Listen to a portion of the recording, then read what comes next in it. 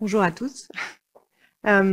Vu que j'ai la chance de vous parler une deuxième fois cet après-midi, et je remercie Anne pour son invitation et cette double invitation, j'ai choisi de vous faire un peu de narration pour la première partie, parce que on pense au campus Versailles que c'est de narration et de changer le récit de ces métiers dont ils ont besoin. Donc j'ai choisi de faire cet état des lieux de façon un peu narrative, justement. Voilà.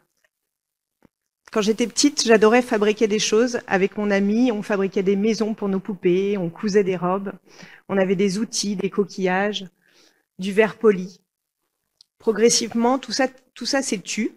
Il a été remplacé par beaucoup de devoirs, de livres à lire, des études à faire. Je me souviens pas d'avoir eu de contact avec la matière à quelque moment que ce soit de mes enseignements.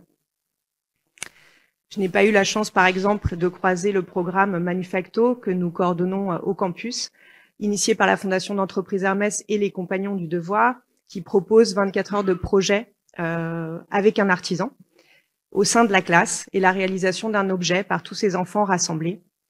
Aujourd'hui, il concerne 2000 élèves, ce qui n'est pas encore assez, mais ce qui est déjà énorme. Et des projets de classe-section métiers d'art ou d'intervention d'artisans en milieu scolaire fleurissent un peu partout, tant ce programme a eu de succès et a de sens parce qu'il rend simplement sensible à l'existence des métiers manuels. De toutes les façons, moi j'avais la chance d'avoir un grand-père ébéniste et à la maison, on avait bien conscience de la noblesse de ces métiers, mais ce n'était pas partout pareil. C'était autre chose, on ne s'intéressait plus à la fabrication des objets, qui étaient pour la plupart produits à l'autre bout du monde, la plupart en mélaminé, dans une France progressivement désindustrialisée. On montrait sa réussite par la possession globalement des objets high-tech. Alors même si moi, les métiers manuels se sont éloignés jusqu'aujourd'hui de moi, j'avais des amis que ça taraudait beaucoup, notamment Delphine, qui était très douée à l'école, et qui voulait quand même être doreuse. Quand elle est allée voir notre enseignant, sa réponse a été drastique. Ah non, pas toi. Elle réussissait bien, il fallait la garder dans la voie générale et l'emmener, comme on le fait aujourd'hui, jusqu'au bac pour 80% d'une classe d'âge. Elle était allée voir les conseillers d'orientation aussi, et pour beaucoup, ils ne connaissaient pas le métier qu'elle voulait faire et pas les formations qui y menaient. Ses parents non plus n'étaient pas emballés et elle se demandait si ses potes n'allaient pas se moquer. Il fallait de la ténacité pour y arriver. À ce moment-là, on avait 15 ans, il fallait déjà choisir son orientation et pour elle, il fallait quasiment basculer vers un métier pour toute sa vie. Ça faisait drôlement peur. Il fallait d'abord choisir un établissement où se former.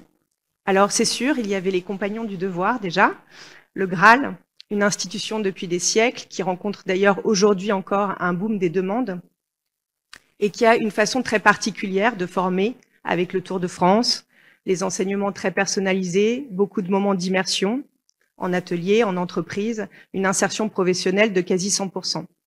Mais seuls quelques élus peuvent y prétendre. Aujourd'hui, 11 000 jeunes par an, ce qui est déjà énorme, mais ce qui ne fait pas toute une classe d'âge non plus. En parallèle, elle est allée voir le lycée professionnel proche de chez elle.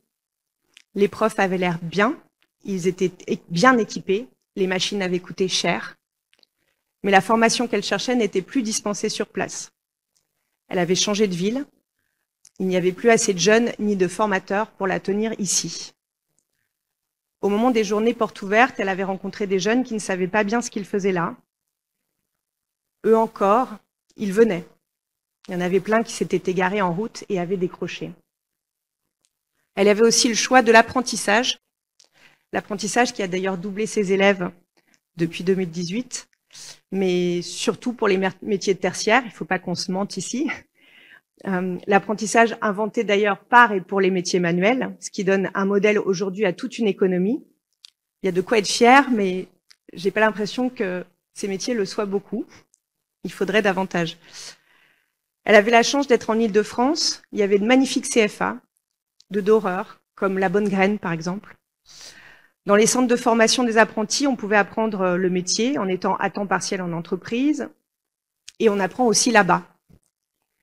Parce que la transmission, ce n'est pas seulement à l'école et l'école qui doit en être responsable. Il y avait tous les cas de figure autour d'elle. Cyprien, en marqueterie, qui était chez un artisan accueilli à la dure. Lui, on ne lui avait pas fait de cadeau, il ne voyait pas pourquoi il en ferait. Et puis, de toute façon, il n'était pas sûr de vouloir transmettre son geste, c'était le sien, c'était son atelier, et il ne pensait donner la clé à qui que ce soit, et certainement pas à Cyprien, qui, lui, se demandait s'il allait aller au bout de son apprentissage. Il y avait Khadija, brodeuse, qui était partie dans un atelier qui travaillait pour une grande maison de luxe. Elle apprenait des gestes virtuoses pour réaliser des pièces magnifiques, de grande valeur. Elle était fière, mais elle n'était pas toujours consciente d'être la cheville ouvrière d'un rayonnement, d'un secteur en développement faramineux, du fait qu'elle participait à la grandeur de la France. Il manquait pas mal de monde sur les bancs de ces ateliers et de cette grande maison, qui cherchait désespérément des bras et des mains à former. Elle a d'ailleurs aujourd'hui créé son institut de formation, indépendant, pour former à son propre geste. Et puis il y avait Kevin. La différence de Kevin, c'est qu'il était reconverti. Il était plus vieux que les autres, dépassé la vingtaine, et il était plus mûr, plus sûr de ses choix. Il était passé par le droit, il avait détesté, il était revenu après 3 ans d'études et d'ennui à ses premières amours, faire du staff et du stuc, être plâtrier. Les métiers manuels sont des métiers de la maturité, alors que ce sont ceux qu'on doit choisir le plus jeune. Expliquez-nous cela. Il était super bien accueilli dans une petite PME. On lui donnait des repères, des horaires, un cadre. On lui apprenait le collectif, l'autorité, dans la justesse et la justice. Il adorait, Kevin, aller au travail. Il avait lu que ça concernait uniquement 30% des lycéens professionnels et des jeunes en formation manuelle. 30%, c'est très peu pour le plaisir. Son patron payait sa formation et recevait une aide en échange. Kevin était rémunéré. Son patron, meilleur ouvrier de France, lui expliquait à quel écosystème il appartenait. Il faisait du plâtre, certes, mais il apprenait qu'il était un maillon de la chaîne, de la construction, un atout du secteur des monuments historiques, et même des nouvelles constructions de prestige.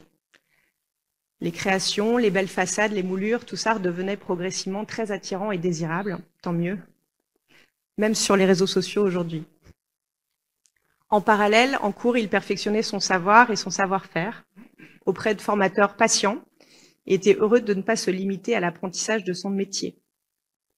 Les enseignements généraux lui étaient dispensés, il pourrait ainsi, s'il le souhaite, changer de voie. On leur répétait à tous qu'il changerait de métier au moins 5 fois. La vie étudiante n'était en revanche pas la même qu'ailleurs. On était beaucoup éclatés en entreprise et géographiquement et on se voyait peu. Ses anciens amis de droit, eux, prenaient des cafés, faisaient des soirées, des week-ends d'intégration. Lui, il travaillait. Il avait vu un reportage sur un chirurgien et puis sur Federer, jouer au tennis. Tous les deux avaient été qualifiés de virtuoses du geste. Il trouvait ça bizarre, Kevin, qu'il y ait des métiers où on fait des gestes qui sont portés au nu et d'autres quasi invisibles, invisibilisés. D'ailleurs, est-ce qu'on dit à un chirurgien ou à un tennisman qu'il fait un métier manuel? Je pose ici la question. Mais vu que son maître d'apprentissage lui avait donné beaucoup de confiance, et je pense que c'est la clé, il s'était dit qu'il fonderait lui-même son atelier et qu'il allait transmettre un peu de tout ce qu'on lui avait donné. Transmettre, c'était quoi pour lui, qui était bien plus jeune que son maître d'apprentissage? C'était conserver l'excellence du geste, évidemment, mais aussi former à l'innovation numérique, technologique, qui rend les tâches répétitives plus légères et permet de gagner des marchés un peu différents. Rendre les salariés sensibles à la transition écologique, à la relocalisation des matériaux, faire évoluer leurs connaissances, leurs compétences chaque année, créer des emplois dans un territoire qui en a besoin et adapter cette transmission à ce territoire. Abandonner ce mythe de l'universalité où on forme tout le monde pareil et partout. Il s'installerait sûrement à côté d'un nouveau campus des métiers et qualifications, car il hébergerait un tout nouveau réseau d'acteurs, compagnons, entreprises du patrimoine vivant, enseignants, chercheurs, professionnels, qui avaient l'air de se parler entre eux, pour une fois, et qui avaient créé des formations qui l'intéressaient.